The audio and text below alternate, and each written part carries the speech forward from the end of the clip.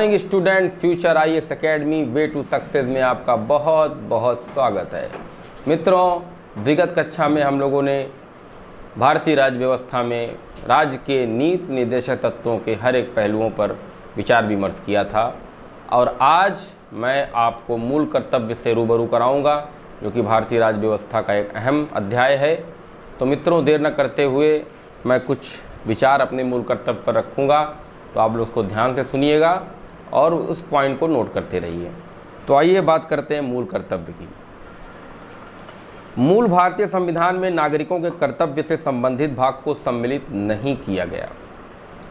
42वें संविधान संशोधन अधिनियम 1976 द्वारा संविधान में एक नए भाग 4 का और इसके अंतर्गत एक नया अनुच्छेद 19 अनुच्छेद 51 का जोड़ा गया। इसके द्वारा इस भाग में 10 मूल कर्तव्यों को सम्मिलित किया गया। 11वें मूल कर्तव्य को 86वें संविधान संशोधन अधिनियम 2002 द्वारा जोड़ा गया। इन्हें नागरिकों के नैतिक दायित्व के रूप में परिभाषित किया गया है। अगला पॉइंट नोट करिए। इनकी प्रेरणा भूतपूर्व सोवियत संघ के संविधान से ग्रहण की गई है। मूल कर्तव्यों से संबंधित प्रावधानों को विश्व के अन्य प्रमुख लोकतांत्रिक देश जैसे America, Canada, France, Germany, Australia आदि में नहीं अपनाया गया है।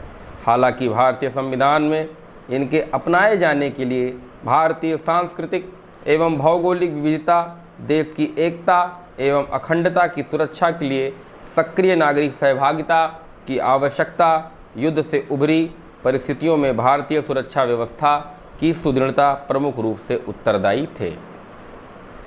अब हेडिंग डालिए, स्वर्ण सिंह समिति।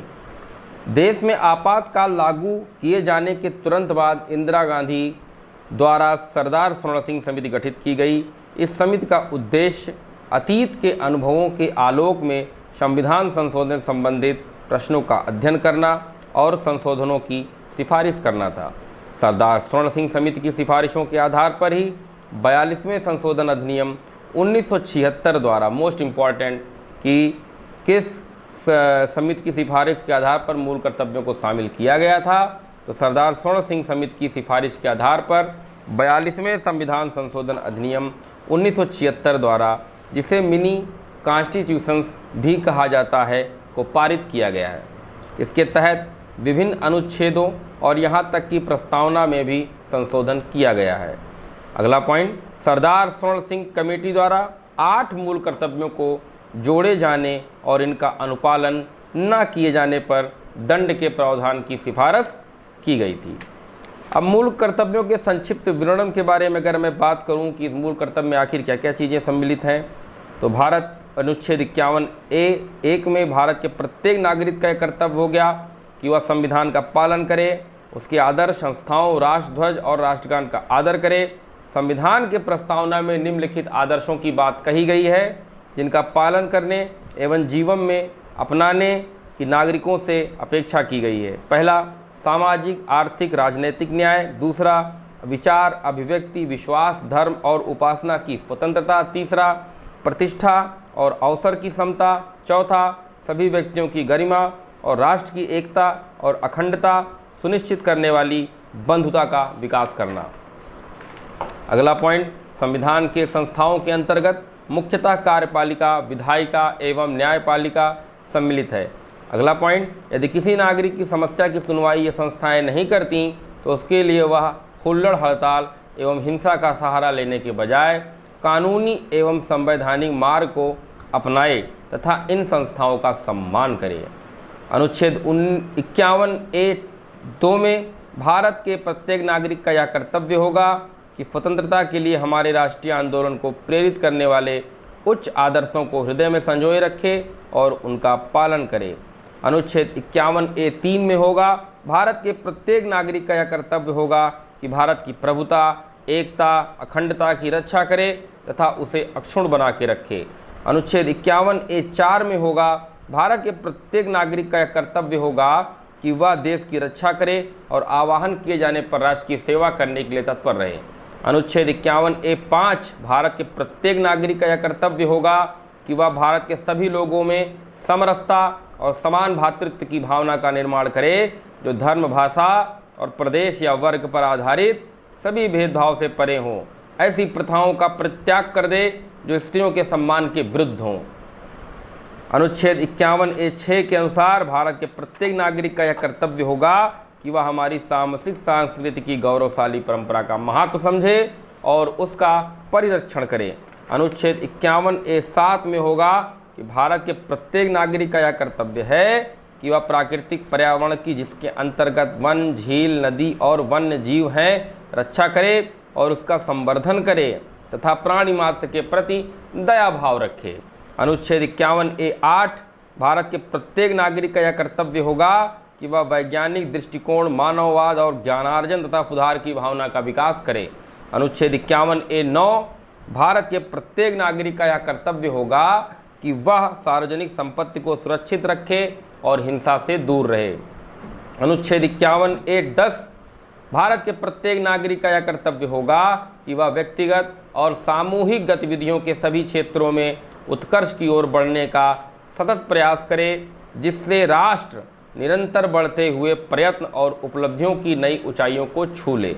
अनुच्छेद 51A(11) के अनुसार भारत के प्रत्येक नागरिक का यह कर्तव्य होगा कि जो माता पिता या संरक्षक हों, युवा 6 से 14 वर्ष के बीच की आयु की यथास्थिति अपने बच्चे अथवा प्रतिपाल्य को शिक्षा प्राप्त करने का अवसर प्रदान करें। अब मूल कर्तव्यों को सम्मिलित करने का क्या उद्देश्य था, हेडिंग डालें। इसका उद्देश्य था 42वें संविधान संशोधन अधिनियम 1976 द्वारा संविधान में मूल कर्तव्य निम्नलिखित उद्देश्यों हेतु सम्मिलित किया गया। नंबर 1, नागरिकों में देशभक्ति को बढ़ावा देने के लिए। नंबर 2, आचरण संहिता जो राष्ट्र को मजबूत बनाएगी का पालन करने हेतु नागरिकों की सहायता करने के लिए। नंबर 3, देश की संप्रभुता और अखंडता की रक्षा करने के लिए। नंबर 4, राज्य के विविध कर्तव्यों के निष्पादन में सहायता करने के लिए। नंबर 5, सद्भावना के विचारों को बढ़ावा देने के लिए। नंबर 6, राज्य के प्रति नागरिकों की प्रतिबद्धताओं को सुनिश्चित करने के लिए। नंबर 7, साथ ही व्याप्त अनुशासनहीनता को समाप्त करने के लिए। अब बात करेंगे मूल कर्तव्य की विशेषताओं के बारे में। नंबर 1, वह नागरिक के नैतिक दायित्व हैं। नंबर 2, ये केवल नागरिकों के लिए है, ना कि विदेशियों के लिए। नंबर 3, इनकी प्रकृति गैर न्यायोचित होती है अर्थात ये न्यायालय में वाद योग्य नहीं है। अब मूल कर्तव्य, नीति निर्देशक तत्व और मूल अधिकार में क्या संबंध है, इसके बारे में आप लोग मुझे डिटेल में मेरे नंबर 8299033374 पर बताएंगे। मूल कर्तव्य, नीति निर्देशक तत्व और मूल अधिकार में क्या संबंध है, ये प्रश्न दोबारा आप लोग लिख लीजिए। मूल कर्तव्य, राज्य के नीति निर्देशक तत्व और मूल अधिकार के बीच क्या संबंध है, इसके बारे में विस्तृत व्याख्या करें। विभिन्न कमेटियां भी बनी हैं, उसके बारे में भी आप लोग मुझे बताएं। पहली है MC मेहता बनाम भारत संघवाद 1991। ये कमेटी का क्या था और भारत के पूर्व मुख्य न्यायाधीश रंगनाथ मिश्रा जी ने क्या रोल अदा किया था मूल कर्तव्य के लिए। और 2002 में संविधान की कार्यप्रणाली की समीक्षा करने के लिए राष्ट्रीय आयोग का गठन हुआ था, इसके बारे में आप लोग मुझे डिटेल बताएंगे ये क्या है, इसका कार्य क्या है। मूल कर्तव्य हेतु नवीन संदर्भ कौन कौन से आए हुए हैं, इनके बारे में आप लोग मुझे बताएंगे।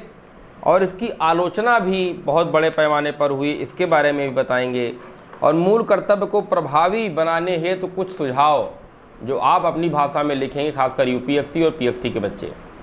फिर से बता दे रहा हूँ, मूल कर्तव्यों को प्रभावी बनाने के लिए कुछ सुझाव के बारे में बताएं।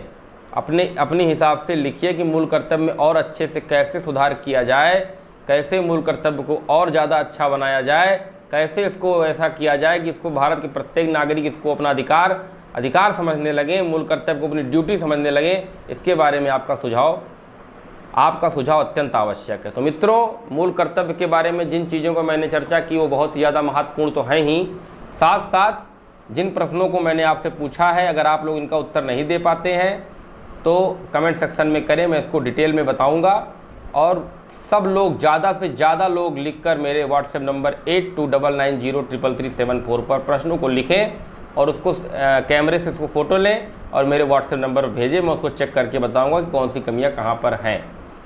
तो मित्रों, ज़्यादा से ज़्यादा चैनल को लाइक करें, शेयर करें, सब्सक्राइब करें। आज का ये अंक इसी शब्दों के साथ समाप्त हो रहा है। आपके उत्तम स्वास्थ्य की कामना करते हुए एक बार फिर से जय हिंद, जय भारत।